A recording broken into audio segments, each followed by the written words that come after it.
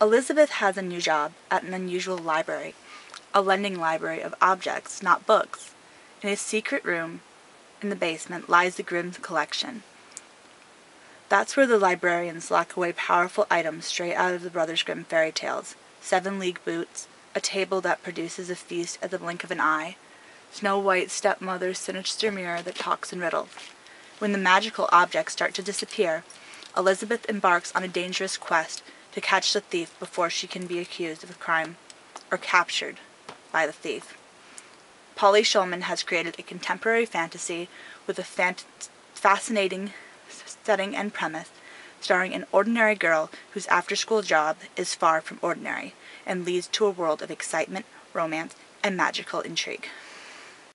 Hi, my name is Jen, and this is my review of The Grimm Legacy by Poly Shulman.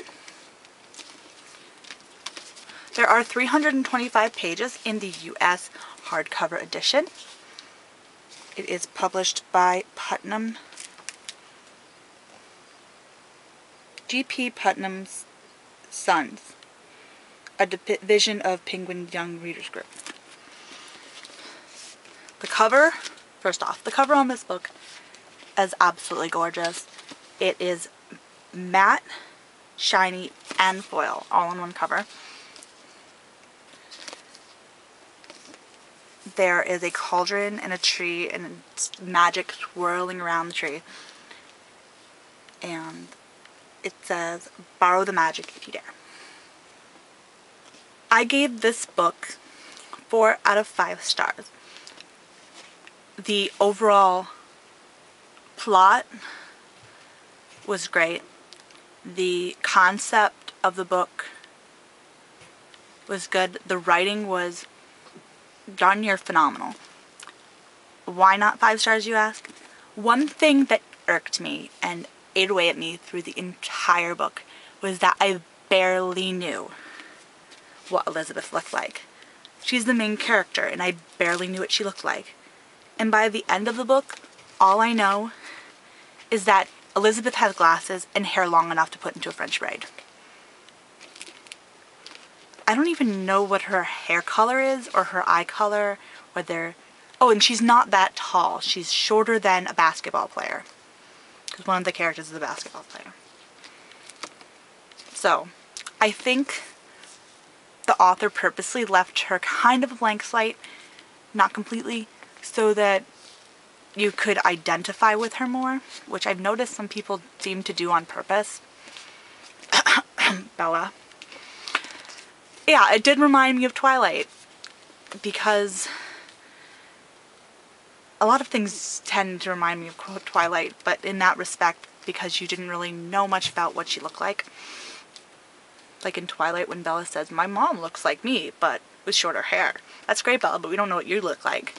I had kind of that same feeling with this. So, that aside, this was a fantastic book. I kept wanting to read more, and I didn't want to put it down, but I couldn't read it all at once because, you know, life gets in the way. But I love the fairy tale references, this fairy tale aspects. It made me want to learn more about fairy tales and the history of fairy tales. And there were some in there that I didn't know much about. I probably would have enjoyed the book even more if I did know the fairy tales better. I liked the dialogue, the banter between characters, and I liked the magical descriptions of the magical objects. I'm trying not to spoil anything here, but obviously from the synopsis, there are magical objects in this book. I love the description, some of the language, and let's show you guys an example of something else I liked. At the beginning of each chapter, is a picture of an item and a call number, because it's like a library but for objects, so they have a picture. I like that a lot.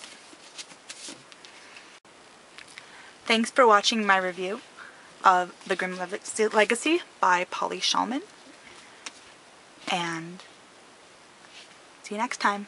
Bye.